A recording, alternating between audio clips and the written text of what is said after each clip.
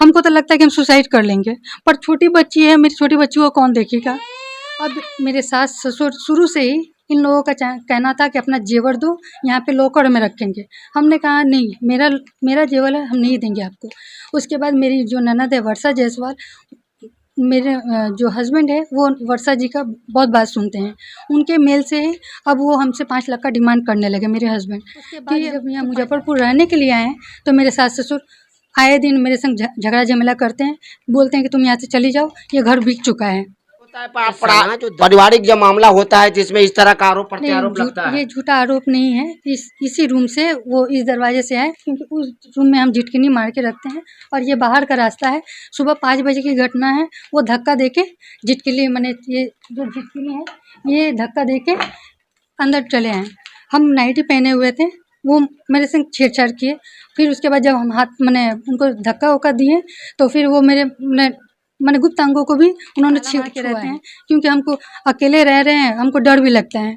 और सास ससुर जब से हम आवेदन दिए तब से ये लोग फरार हैं, पर थाना से हमको कोई मदद नहीं मिल रही है। आवेदन दिए तब से सास ससुर देवर सब फरार उसके है। एक दिन बाद से, एक दिन के बाद से सब फरार है जी लेकिन पुलिस अभी तक नहीं आई। जी नहीं डर के मारे जी एसएसपी सर से मिले थे, वहाँ से 5 मिनट बात हुई है, उन्होंने कहा कि ठीक है आपकी कार्रवाई की जाएगी। उसके बाद से आज 20 दिन हो गया है, कोई कार्रवाई नहीं हुई है। नमस्कार जी हाँ, मुजफ्फरपुर के नगर थाना क्षेत्र में बैठे हैं, तिलक मैदान रोड में, और सामने जो महिला बैठी है उनकी अपनी एक आप बीती है। जी हाँ, चंद कदम की दूरी पर, यूं कहें कि चंद कदम की दूरी पर नगर थाना, जी हाँ टाउन थाना है मुजफ्फरपुर का, और ठीक उसके बगल में मुजफ्फरपुर के एसएसपी कार्यालय है। उसके बाद भी इस महिला को न्याय नहीं मिल पाया है। आखिर क्या है इनकी आप बीती, आइए सुनते हैं। जी क्या नाम है आपका? जी नमस्ते, मेरा नाम रेखा साहू है। मेरी शादी को 4 साल हुई है, मेरी 2.5 साल की बच्ची है। मेरे हस्बैंड हम लोग सिवान में रहते थे, 20 साल से मेरे हस्बैंड व्यवसाय कर रहे थे सिवान में। मेरी शादी हुई है 4 साल हुई है, तो मेरे हस्बैंड बोलते थे कि सिवान में ही रहना है। तो मेरे दहेज में जो भी सामान मिला है वो सारा सामान सिवान में है। अब वहाँ का रेंट बाकी लगाए हैं मेरे हस्बैंड 8 महीने का, इलेक्ट्रिसिटी बिल बाकी लगाए हैं 15,000 का। ये सब मकान मालिक हमको बोल रहे हैं कि आप ये सारा बिल पे कीजिए और नहीं तो आप घर छोड़ के जाइए। अब यहाँ पे आए हैं तो मेरे सास ससुर हमको रहने नहीं दे रहे हैं, सामान भी नहीं लाने दे रहे हैं। कहाँ पे है, कौन सा जगह है ये तिलक मैदान मोती झील में है, कांग्रेस ऑफिस के बगल में। इस बिल्डिंग का नाम है 135 प्रेम भवन, मजली साया लेन। अब यहाँ पे आए हैं तो मेरे सास ससुर हमको रहने नहीं दे रहे हैं। मेरी सास हमको एक बार फ़ोन की थी कि ये घर बिक चुका है, तुम अपने मायके चली जाओ सारा सामान लेके। और यहाँ पे अब आए हैं तो हमको रहने नहीं दे रहे हैं। अभी 4 अप्रैल 2025 की बात है, 12 दिन पहले इन लोगों ने मेरे से मारपीट किया है। मेरे देवर हैं मोहित जायसवाल, वो माने इसी रूम में चले आए, धक्का देके दरवाज़ा ये किए और माने मेरे संग छेड़खानी की है। उसके बाद मैंने रेप करने की कोशिश की है। तो उसके बाद मेरे ससुर चिल्ला-चिल्ली सुन के वो चले आए हैं। तो ससुर बोले कि ये सब क्या हो रहा है? हमने कहा कि मोहित ऐसे-ऐसे कर रहे हैं। तो मेरे ससुर जी बोले कि तुम चुप रहो। हम बोले कि नहीं, हम थाना में जाएँगे, कंप्लेन करेंगे। तो मेरे ससुर जी ने मेरे बाल पकड़ के हमको धक्का दे दिया। उसके बाद वो भी मेरे संग मेरे सीने में हाथ दिए, मुक्का से भी मारे। सदर हॉस्पिटल में गए, उन्होंने कहा कि आप एक्स-रे करवाइए। फिर मेरे देवर, जब हम इतना चिल्ला-चिल्ली किए तो मेरे देवर ने इस उँगली में दाँत काट के भाग गए। उसके बाद से वो आए नहीं। फिर सदर हॉस्पिटल में फिर टाउन थाना में गए कि कोई कार्रवाई पूरी नहीं हुई। एफआईआर के लिए हमने लिखित दिया है कंप्लेन, तो उन्होंने कहा कि अभी प्रोसेस में है। उसके बाद से माने हम छोटी बच्ची को लेके कितना बार हम जाएँगे, आएँगे, हम असमर्थ हैं ये सब करने में। उसके बाद महिला थाने में भी गए हैं 11 तारीख को। समझ सकते हैं, इनके घर से चंद कदम की दूरी पर टाउन थाना है जो आपसे भी छिपा नहीं है। फिर भी इनका आवेदन को रिसीव तो कर लिया गया पर आज तक उस पर कार्रवाई नहीं हुआ है। जी उसके बाद क्या महिला थाना में भी गए 11/4/2025 में। 4-5 दिन के लिए। वहाँ से भी कोई मेरे पास फ़ोन नहीं आया, रिपोर्ट भी नहीं आया। हम छोटी बच्ची को लेके इतनी धूप में हम कितना जाएँ। आवेदन को रिसीव किया गया था? रिसीव किया है, रिसीव कॉपी भी मेरे पास में है। साइबर कैफ़े से भी हमने मेल किया है। उसके बाद भी मेरे पास कोई मैसेज वगैरह कुछ भी नहीं आया है। कोई सूचना थाने की कोई तरफ से नहीं? किसी तरह की सूचना नहीं आई नहीं है, टाउन थाना से, नहीं महिला थाना से? किसी कहीं से भी नहीं। जी, फिर क्या हुआ? अभी यहाँ पे हैं तो मेरे सास-ससुर, देवर कोई भी घर पे नहीं है। हम अकेले घर पे रह रहे हैं, नीचे ताला मार के रहते हैं क्योंकि हमको अकेले रह रहे हैं, हमको डर भी लगता है। और सास-ससुर जब से हम आवेदन दिए हैं तब से ये लोग फरार हैं, पर थाना से हमको कोई मदद नहीं मिल रही है। आवेदन दिए तब से सास ससुर देवर सब फरार उसके है? 1 दिन बाद से। एक दिन के बाद से सब फरार है? जी, लेकिन पुलिस अभी तक नहीं आई? जी नहीं है। डर के मारे भाग गया क्या? हमको यही लगता है, पर मेरे पास माने हमको वो फ़ोन भी नहीं कर रहे हैं। मेरे ससुर जी फ़ोन भी बंद करके रखे हैं। अच्छा, फिर उसके बाद कहाँ गए? जब महिला थाने गई, टाउन थाने गई, उसके बाद मुजफ्फरपुर के एसएसपी कार्यालय गए? जी, वो सबसे पहले हम एसएसपी थाने में भी गए थे, आज 20 दिन पहले गए थे। तो वहाँ पे आवेदन देने के बाद हमको लगा कि वहाँ से कुछ मैसेज आएगा, वहाँ से भी नहीं आया। फिर टाउन थाना में भी गए, 2-3 बार गए। टाउन थाना के जो प्रभारी हैं शरद कुमार सर, उनको सारा मामला मालूम है। जब से मेरे हस्बैंड गायब हुए हैं 23 अक्टूबर 2024 से सारा घटना शरद सर को मालूम है, शरद कुमार सर को। उन्होंने कहा कि तुम्हारे ससुर को सब मालूम है, ये तुम्हारी मदद नहीं कर रहे हैं जानबूझकर। उसके बाद जब यहाँ मुजफ्फरपुर रहने के लिए आए हैं तो मेरे सास ससुर आए दिन मेरे संग झगड़ा झमेला करते हैं, बोलते हैं कि तुम यहाँ से चली जाओ, ये घर बिक चुका है। अच्छा, सना जो दर्ज करवाए थे अपने पति का, वो कहाँ, किस थाने से करवाए थे? ये सिवान टाउन थाना में एफआईआर करवाए हैं। वहाँ पे भी माने हम बार-बार कोशिश किए हैं, वहाँ से भी कोई हमको रिप्लाई नहीं मिल रहा है ठीक से। अच्छा, थाने, जिस थाने के बारे में आप जिक्र कर रहे हैं कि शरद जी जो आपको बोले हैं, तो शरद जी से कैसे आपको संपर्क में आए? वो नहीं, आपसे कब, प्रभारी वो थाना प्रभारी हैं। कब से उस संपर्क में आए? ये जब से हम मुजफ्फरपुर में आए हैं तब से। आवेदन जब से दिए तब जी, से? जी। उनका क्या कहना है? उनका कहना है कि इन लोग को सब मालूम है। उन्होंने बताया कि किसके ऊपर माने आपको शक है। उन्होंने नंबर माँगा, हमने नंबर भी दे दिया। उन्होंने अपने एक पर्सनल डायरी में वो लिखा भी, पर उसके 4 तारीख को लिखा है, उसके बाद से कोई कार्रवाई नहीं हुई है। कोई कार्रवाई नहीं हुई। तो आप समझ सकते हैं, मुजफ्फरपुर के नगर थाना, जी हाँ, टाउन थाना में गए, आवेदन तो रिसीव कर लिया गया, पर उस पर आज तक कार्रवाई नहीं हो पाया है। और जैसा कि महिला थाने में भी गई थी, वहाँ भी आप समझ सकते हैं, महिला थाना और महिला का पीड़ा न सुने, यह भी आश्चर्य से पड़े हैं। मुजफ्फरपुर के एसएसपी कार्यालय गए, एसएसपी से मिले थे? जी, एसएसपी सर से मिले थे। वहाँ से 5 मिनट बात हुई है। उन्होंने कहा कि ठीक है, आपकी कार्रवाई की जाएगी। उसके बाद से आज 20 दिन हो गया है, कोई कार्रवाई नहीं हुई है। आप समझ सकते हैं, अब आखिर यह महिला किसके दरवाजे जाकर दरवाजे को खटखटाए? जी हाँ, क्या हर मामले में न्यायालय में ही जाना पड़ेगा? क्या फरियादी को केवल न्यायालय में ही इंसाफ मिलेगा? हर फरियादी सक्षम नहीं न्यायालय जाने को। तो आखिर क्यों थाना इसी तरह आवेदन को रिसीव तो कर लेते हैं, एफआईआर नहीं करते हैं? आप आरोप लगाएं अपने देवर पर जी, रेप का, जी। ये कोई झूठा आरोप?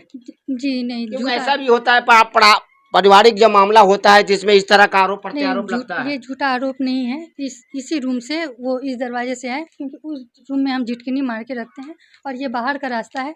सुबह 5 बजे की घटना है। वो धक्का देके झिटकिली माने ये जो झिटकिली है, ये धक्का देके अंदर चले आए। हम नाइटी पहने हुए थे, वो मेरे संग छेड़छाड़ किए। फिर उसके बाद जब हम हाथ माने उनको धक्का-वक्का दिए तो फिर वो मेरे माने गुप्त अंगों को भी उन्होंने छुआ है। शादीशुदा है वो? नहीं। समझ सकते हैं, महिला का जो आत्मसम्मान होता है, उस आत्मसम्मान के साथ भी इनके देवर ने छेड़छाड़ करने का प्रयास किया। जी हाँ, किस तरह से यह अपने ससुराल में रहती हैं, यह पीड़ा इन्होंने सुनाया। इनके पति कब गायब हुए थे? 23 अक्टूबर 2024 में। 23 अक्टूबर 2024 से इनके पति सिवान से ही गायब थे? सिवान से गायब हुए हैं। मैंने वहाँ से बोले हैं कि हम माल देने जा रहे हैं, हम शाम तक 8 बजे तक लौट आएंगे। लास्ट 9 बजे तक उनसे मेरी बात हुई है, वो बोल रहे हैं कि हम आ रहे हैं। उसके बाद से उनका फ़ोन स्विच ऑफ है।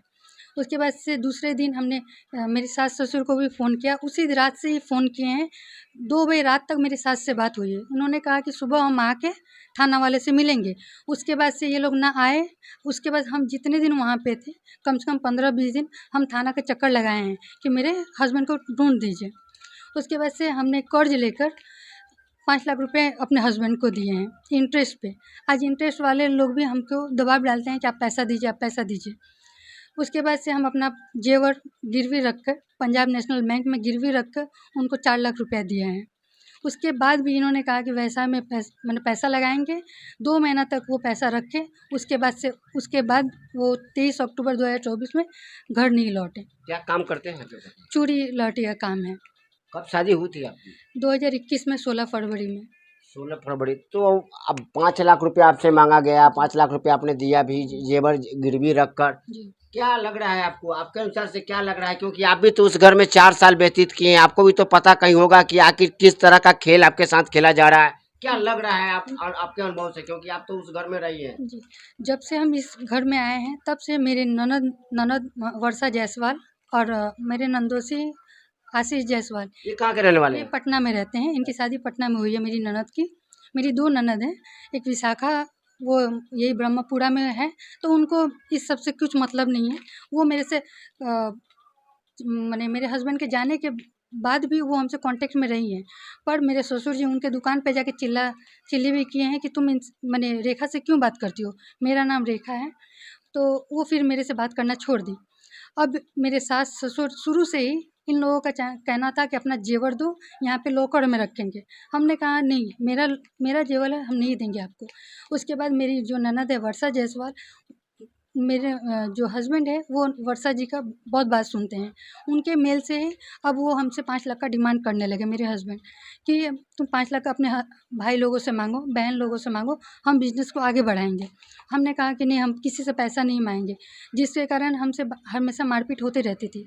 जिसके शिकायत मारपीट भी होता था? जी जी। कब से? शादी के बाद कितने दिनों के बाद से मारपीट होना चालू हो गया? शादी के जब 16 फरवरी 2021 में मेरी शादी हुई, तो जब हम इनके पास रहने आए तो उसके बाद से हमको इनका रवैया ठीक नहीं लग रहा था। ये लेट से घर पे आते थे। हम पूछते भी थे क्यों लेट कर रहे हैं, तो ये किसी से बात भी करते थे, फ़ोन नंबर डिलीट कर देते थे।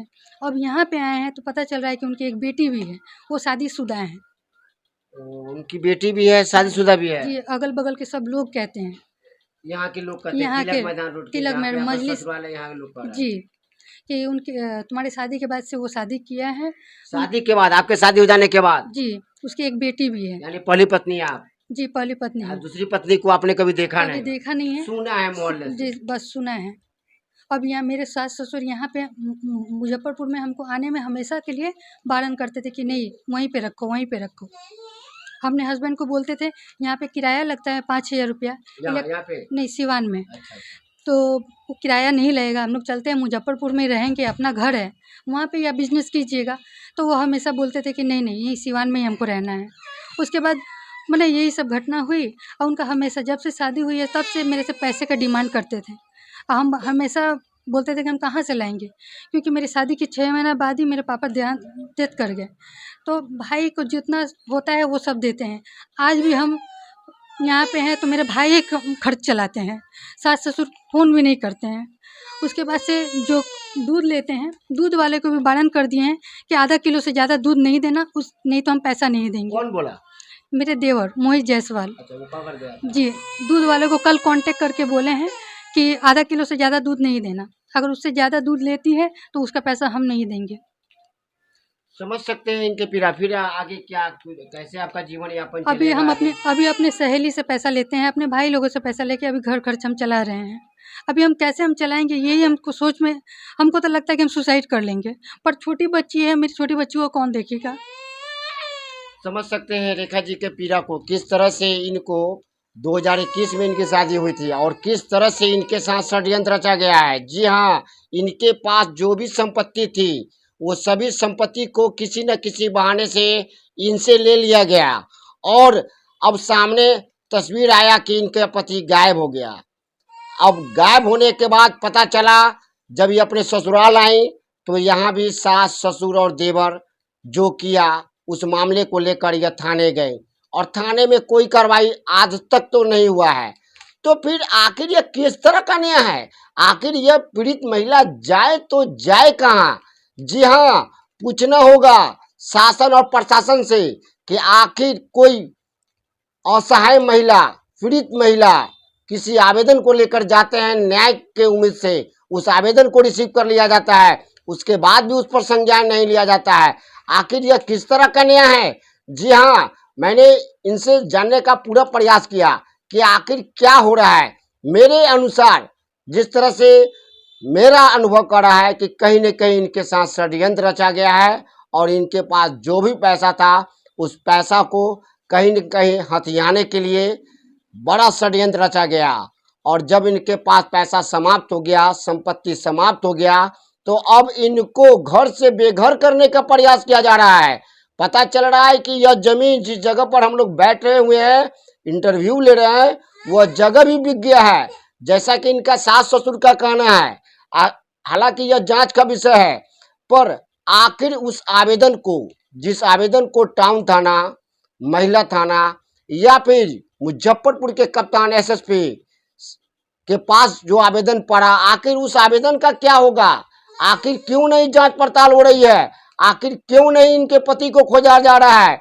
जब इनके पति मिलेंगे तो दूध का दूध और पानी का पानी हो जाएगा कि इनका पति गायब हुआ था या फिर वो अपने माता पिता या फिर बहन के कहने पर वो कुछ दिन के लिए गायब हो गया और इनको सिवान थाने में जाकर लापता का रिपोर्ट कराना पड़ा। आप भी समझ सकते हैं आखिर यह कैसे हो सकता है। जी हाँ, क्या कहना चाहेंगे शासन प्रशासन से? बस यही है, देखिए सारा मेरे पास रिसिप्ट कॉपी है, ये सारा रिसिप्ट कॉपी है। हमने थाना में आवेदन दिया है। ये आपका थाना अध्यक्ष महिला थाना का है। ये सिवान का एफआईआर कॉपी है, सना है। ये 4 अप्रैल में जब मेरे देवर, मेरे सास ससुर मेरे से हाथापाई की थी, ये सदर हॉस्पिटल का है, जिसमें एक्सरे वगैरह सारा लिखा हुआ है। जांच रिपोर्ट, जी हाँ, सदर हॉस्पिटल का। ये एसएसपी को मैंने आवेदन दिया था, उसका रिपोर्ट है। ये भी रिसिप्ट कॉपी है। आप देख सकते हैं, सारे पेपर को दिखा रहे हैं। ये है, मैंने एसपी सर को साइबर कैफे से मेल किया था, मेल किए थे, उसका भी कॉपी है। ये एसपी थाना प्रभारी मुजफ्फरपुर का। अब समझ सकते हैं कि अपने प्रयास से जो भी हो सकता था, ये अपने प्रयास से जो भी हो सकता था इन्होंने किया। अब शासन प्रशासन को सोचना है कि आखिर इनको न्याय कैसे मिले। आश्चर्य है कि महिला थाना भी इस विषय पर संज्ञान नहीं ली। आखिर महिला को महिला न्याय नहीं दे पाएगा तो आखिर फिर यह महिला थाना बना क्यों? क्या कहना चाहेंगे बड़ी अधिकारी से? हम यही कहना चाहते कि इस सब के आप छानबीन किया जाए और हमको न्याय दिया जाए। हम अपनी छोटी बच्ची को लेके कहाँ जाएंगे? उस पर मेरा सामान, मकान मालिक सिवान के हमको प्रेशर डाल रहे हैं। मकान मालिक हमको प्रेशर डाल रहे हैं कि तुम ये अपना सामान लेके जाइए। हम कहाँ लेके आए? यहाँ पे मेरे सास ससुर तो हमको रहने ही नहीं दे रहे हैं। ऊपर से आए दिन हमको बोलते हैं कि घर में हम माने तुम जानो तुम्हारा खर्च कैसे चलेगा। आए दिन मेरा खर्च, कुछ मंगाते हैं तो कोई सामान भी नहीं लाते हैं, और कुछ अगर सामान लाते भी हैं तो 15-20 दिन हो जाता है। अभी हमने नवंबर में हम जब यहाँ पे थे तो यहाँ पे आए थे, हमको ठंड लग रही थी क्योंकि हम तो सिवान से ऐसे ही चले आए थे। हमने कहा कि एक माने ठंड में हमको ये पहनना है, लेगिस टाइप का एक होता है, तो हमको ये कर दीजिए क्योंकि हमको ठंड लग रहा है। तो उन्होंने कहा कि अभी पैसा नहीं है, 20-25 दिन के बाद आपको दिया जाएगा। तो हमने कहा कि 20-25 दिन बाद तो ठंड ही ख़त्म हो जाएगी, हम लेके क्या करेंगे। उसके बाद आज तक उन्होंने 1 रुपया भी हमको नहीं दिया है। अब सिवान वाले भी हमको प्रेशर डाल रहे हैं कि आप अपना सामान लेके जाइए, नहीं तो हम यहाँ पे ताला मार देंगे। अब हम कहाँ जाएँ बताइए? अपने ससुराल, वहाँ सामान लेके यहाँ आइएगा। जी, मेरे ससुराल यहीं पे है और ये लोग जब से हमने थाना में कंप्लेन किया है तब से ये लोग गायब है। अच्छा, शादी आप लव मैरिज किए थे, इंगेज मैरिज किए? नहीं, अरेंज मैरिज किए थे। ये रहा शादी का मेरा सारा फोटो है। पिक्चर आप देख सकते हैं, अरेंज मैरिज है, शादी बताते समाज की मर्जी से हुआ था। सारे तस्वीर को ये दिखा रहे हैं। जी हाँ, इसके बावजूद भी कहीं न कहीं इस महिला को धोखा दिया जा रहा है। जी हाँ, धोखा दिया जा रहा है। आखिर कैसे मिलेगा इनको न्याय? अब शासन प्रशासन को सोचना होगा। वीडियो अच्छा लगे तो लाइक शेयर सब्सक्राइब फॉलो करना ना भूले। आप देख रहे हैं बिहार न्यूज सिटी दीपक कुमार पटेल के साथ। अपने सपनों के आशिया को दे एक नई पहचान माँ भवानी डेकोर प्राइवेट लिमिटेड के साथ, जो है ऑथराइज्ड डिस्ट्रीब्यूटर ऑफ कजारिया। देश की मिट्टी से बनी टाइल से देश को बनाते हैं। और जहां मिलती है सभी प्रकार के Indian and imported granite, marble, sanitary एवं कोटा स्टोन का अनोखा एवं आकर्षक संग्रह। माँ भवानी डेकोर प्राइवेट लिमिटेड मतलब a complete floor solutions. New 0 mile Dadar road, Muzaffarpur. Call 9934753111।